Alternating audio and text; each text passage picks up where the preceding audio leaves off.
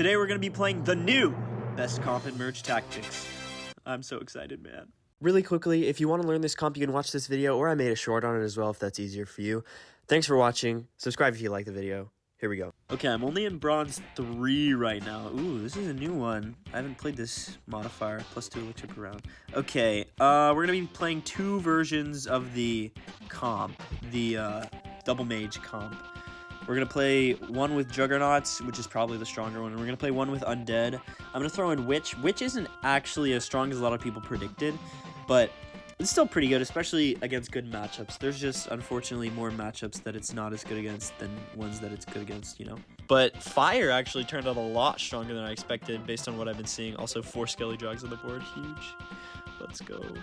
Okay. I can sell my wizards in the back, but we do have a bunny on the board. Dude, I still can't get past the art style for the bunny. Like, it's just so ridiculous. I still haven't adjusted to cycling the new way yet. It still greatly inconveniences me. Well, we're still coasting along here with 10 health, even after that nightmarish witch that we faced. So that's cool. Something unexpected I like about Mage is it makes assassins feel a little less threatening, because you can get them for a lot cheaper now, but if they have like a 3-star Golden Knight, it'll at least be stalled out. Give my ranged troops some time to DPS it, you know? I'm going to throw in the Knight here. Something like this, I think, should suffice. If I can, I'll switch in the Goblin Machine. But this comp, it's my favorite thing about this comp is that you don't have to worry about the Prince. You don't have to check for it. You only have to check for Assassins. And with Mage, you have to check even less. Like, it matters a little less, even, if you check. Just makes me be able to play worse. But this game's going pretty well. They have Juggernauts as well. And this is the guy with the 3-star Witch, so good thing we're stunning that, spawning less skeletons. Wait, is that how the Witch works?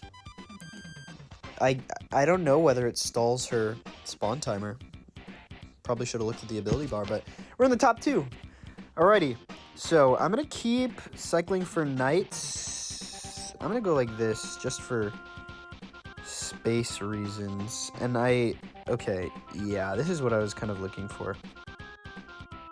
See, there's the Golden Knight jumping back and it's turned to a bunny, so we got a lot of free damage on it early, and the Goblin Machine had time to walk back to it. Jeez, convenient. Alright, I think we're going to take the win here. Nice, clean game, dude. Well, not many people are going for this comp in Bronze 3, but geez, hopefully that showed you guys how strong it is. I do need to pick a time to put in the work and push up a little bit, but it's not super urgent. I mean, the season just started. I think it's fine if I take my time getting up there, you know? But anyways, we're going to be playing the Undead version if possible. This might be strong enough to get us a win. I didn't look at my opponent. Okay, 1-star Mega Knight. I didn't pay too much attention when they were talking about the Brawler buff, because I was like, oh, it's just Brawlers. But apparently, it gives 100% bonus damage. They have an entire free extra health bar when they're maxed, which is unbelievably nuts. So I am going to be playing some Brawlers in the future. I want to try and cover a lot of comps as they fade in and out of popularity, especially early on. And it will give me the experience with the new cards, you know. It'll be nice. So I'm going to try shaking it up and playing a bunch of different comps on my way up to Diamond. So once I get there, I will know what's really strong. Okay, I finally got my hands on the comp. Jeez, that took so long. And we still have our Knight in, so I guess it's only 5 troops, so I can cheat a little bit. Actually, there we go. Switch in the Giant Skeleton. Yeah, I grabbed the Witch. I think I'll sub her in the next round just for the sake of it. Just as an example, you know. And she'll be spawning skeletons in the back. I don't know if that's the better play. Maybe it would be more effective to put her, like, farther forward so that the skeletons don't get, like, splash damaged. But I have a lot of the splash cards on my team already. It is super nice being able to see the opponent's troops on the correct spots. I don't know how I feel about the dropping animation. Oh, look at that splash on the bunny. That's so nice, dude. I don't even know what troop that was, but it got destroyed quick. My Ewis is dead. I don't know what killed it, so maybe a little risky to put him up in the front row like that. Let's see what this guy has, though. Oh, wow. Okay, nice clean win with the Undead comp.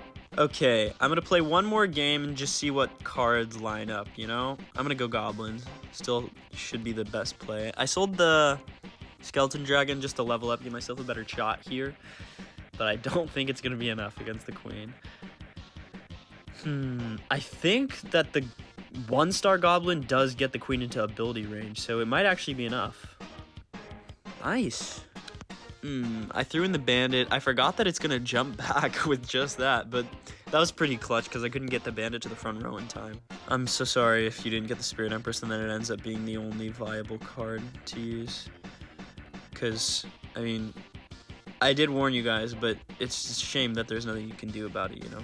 I think it's probably better to put the baby dragon on the left corner because it's like a little farther from some stuff sometimes, but it has a bigger splash radius. So I have the witch right now. I have a giant skeleton. Yeah, I'm just gonna throw in the undead comp. Might switch over later. Yeah, I'm not seeing too many juggernauts either. Ooh, this guy's running mage as well.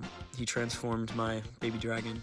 And his ranged cards are on the left, so I'm gonna put the Ewas on the left. All right, yeah, let's just peek. He's running mage as well with some undead.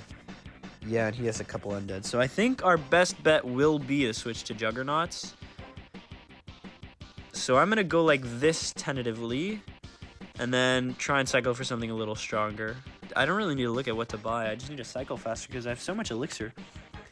I wonder if that's like gonna be a theme this season, just getting like extremely high amounts of elixir, or if it's just like this modifier is super busted. Because I don't feel like I've been doing anything in particular, but it would be nice to have a season where it's just like a lot of elixir heavy modifiers, so all the focus is on comp building, because there's a lot of variety. I feel like a lot of cool switches you can make, and I feel like this meta is going to be a lot of fun as well because it's going to be less about blocking and more about building teams. And I think that's really like a lot of the core fun of the game comes from building teams and like learning what every card does, all the synergies, so you can learn those interactions.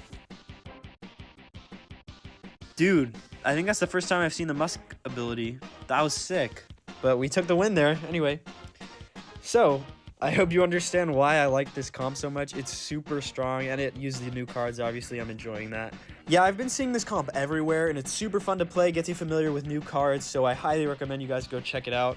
Of course, you're going to end up in cases where you can only get one of the two wizards, and I'm actually making specific guides for what you can do with each of those two wizards. I'm going to make a guide for electric and a guide for fire, so I'll have both of those traits covered. So stay tuned for that, guys. I'll see you soon.